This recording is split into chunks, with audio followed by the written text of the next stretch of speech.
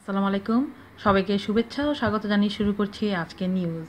সেই তরুণীকে ফিরে পেতে ব্যাকুল বাবা মা যা বললেন। বাবার বিরুদ্ধে শারীরিক ও মানসিক নির্যাতনের অভিযোগ এনে সামাজিক যোগাযোগ মাধ্যম ফেসবুকে ভিডিও ছড়িয়ে দিয়ে আলোড়ন সৃষ্টিকারী তরুণী ফারিয়া আহমেদকে ফিরে পেতে ব্যাকুল হয়েছেন তার বাবা মা। এই ঘটনায় বেসরকারি স্যাটেলাইট টেলিভিশন চ্যানেল একটি প্রতিবেদনের ভিডিও সামাজিক যোগাযোগ মাধ্যমে ছড়িয়ে পড়ছে।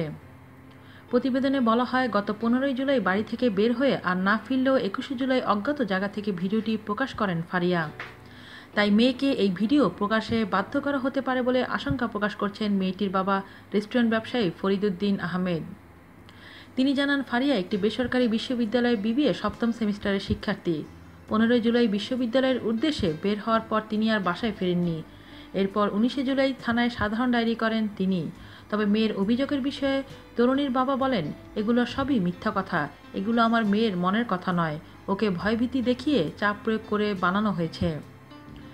মেয়ে নানা অভিযোগ তুললেও সে দ্রুত বাসায় ফিরে আসুক, এমনটাই চান বাবা।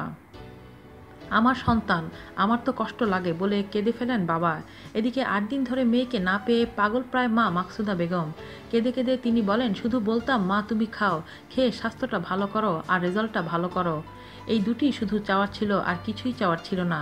তবে মাঝে মাঝে মায়ের সঙ্গে রাগারাগি, অন্ধকার ঘরে দরজা জানলা বন্ধ করে ঘন্টার পর ঘন্টা চুপচাপ থাকা এবং গভীর রাত পর্যন্ত জেগে থাকাকে মেয়ের স্বাভাবিক আচরণ না বলে মনে করতেন তার পরিবার।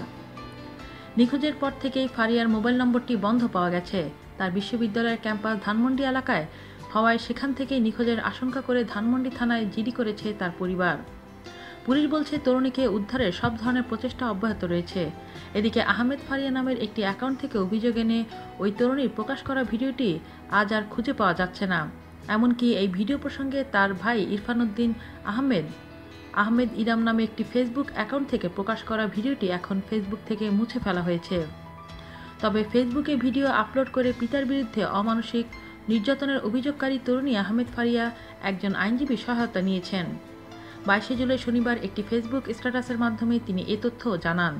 আইনজীবীর সাহায্য নেওয়ার কথা জানিয়ে ওই তরুণী ফেসবুকে লিখেছেন, আপনাদের সকলের সহযোগিতা পাবার আশ্বাস আর পাশে এসে দাঁড়ানোতে আমি কিছু হলেও শক্তি পাচ্ছি।